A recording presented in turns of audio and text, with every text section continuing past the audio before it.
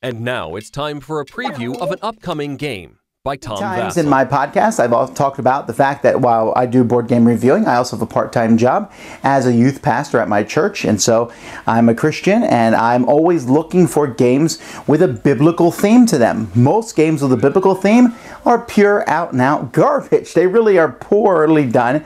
So here I have a chance to look at a Kickstarter that has a biblical theme, and so that certainly had me interested, but also had me wary. This is a cooperative game. Let's take a look at it. Now remember, as with all previews that I do, everything that you see here is prototype form, so some of it might be final, but we're here basically just to show you how the game works. Now each player is going to get one of these profit game turn order thing, which tells you the different phases that a player has. It also tells you the different actions that a player can take on their turn. Each player is going to draw an ability card.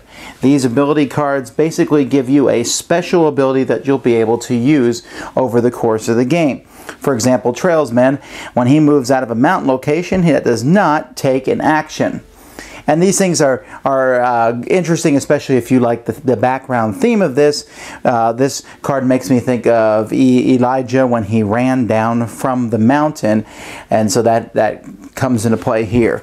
And so you're going to also kind of set the board up. The card that you draw for your special ability also tells you your starting location.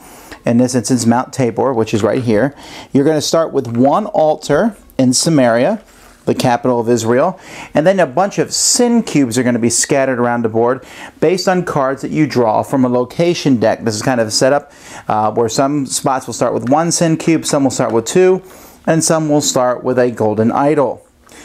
Over here on the timeline, there's a list of all the kings that were in Israel at this point in time, starting with Saul, going down to Hoshea, which is the last king before it was destroyed. Israel was destroyed. The kings are white if they were a good king, and gray if they were a wicked king. And as you can tell, there were quite a few gray, wicked kings out there.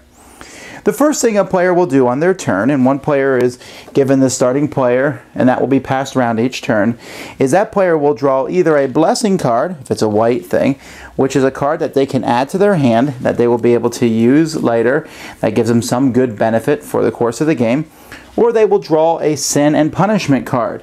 A sin and punishment card can be annoying. This one here says, destroy any altar in Samaria and replace it with an idol. Well, that'd be a bad card to draw because there the altar is gone. Now, many of these cards, and we'll take a closer look at several of the cards here, some of them are foretold events. When this happens, you're going to stick this card face up, back on top of the pile. You'll stick it face up and down a number of players in the game. So we put it down here so you can see that it's coming. And usually these are really bad. A location containing the most sin cubes is destroyed and cannot be entered again. And so you'd put one of these cubes on that to destroy that location, whichever one has the most cubes. So these foretold events tell you something bad is coming and give you a few turns to prepare for it.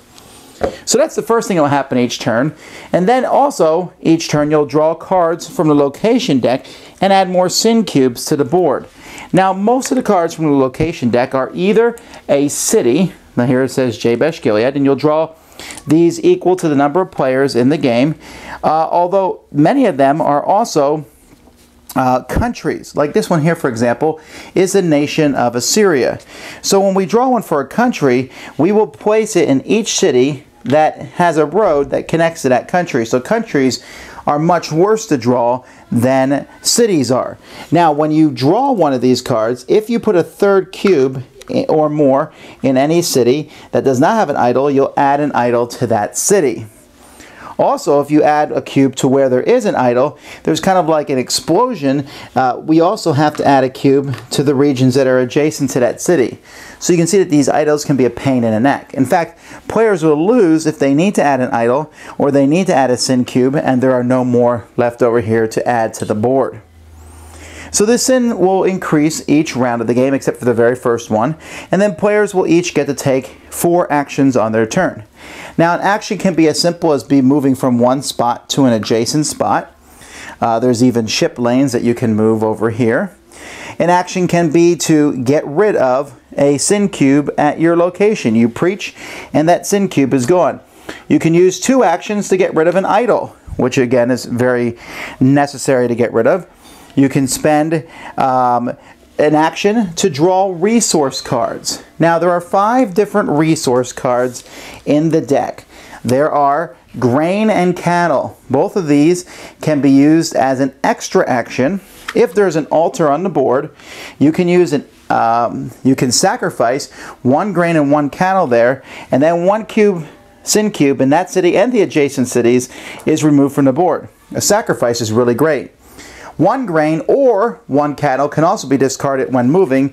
Instead of moving just 1 spot, you can move 3 spots. The other 3 resources are stone, wood, and gold. If you have 1 of each of these, you can use those to build a new altar in your location.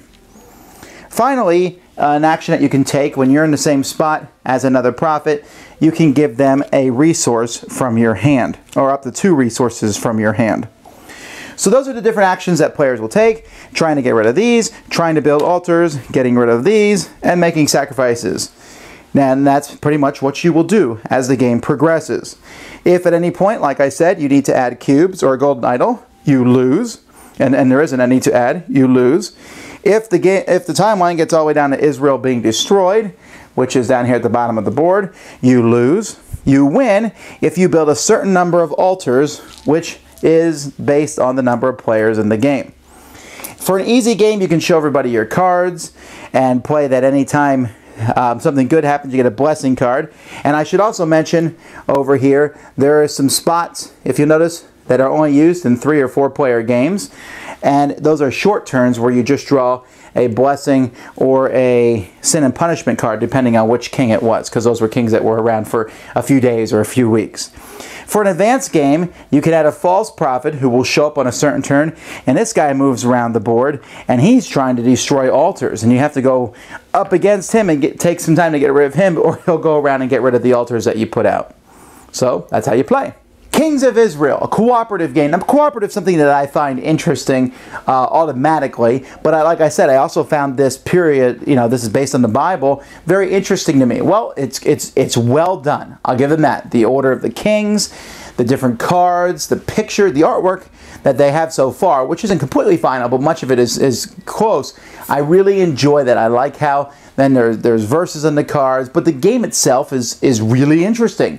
It has some similar mechanics to Pandemic as the sin cube spread, but there's some differences, a lot of differences really, with the cubes spread but continue to grow. These idols can show up anywhere at any time, and you can get rid of them.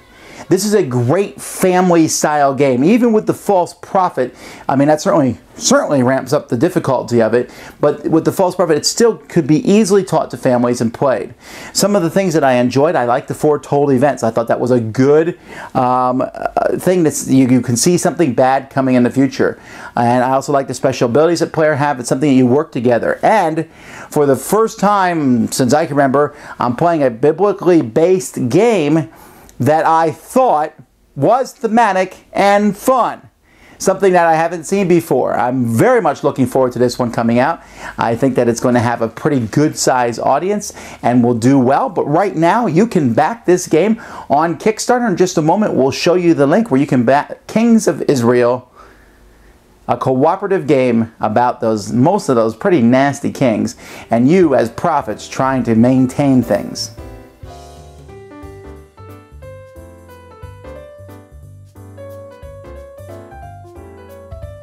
Thanks for watching our review today. For more information about board games, as well as the #1 board game audio podcast, check out Dicetower.com for reviews, interviews, and more. I'm Eric Summerer, and you've been watching The Dice Tower.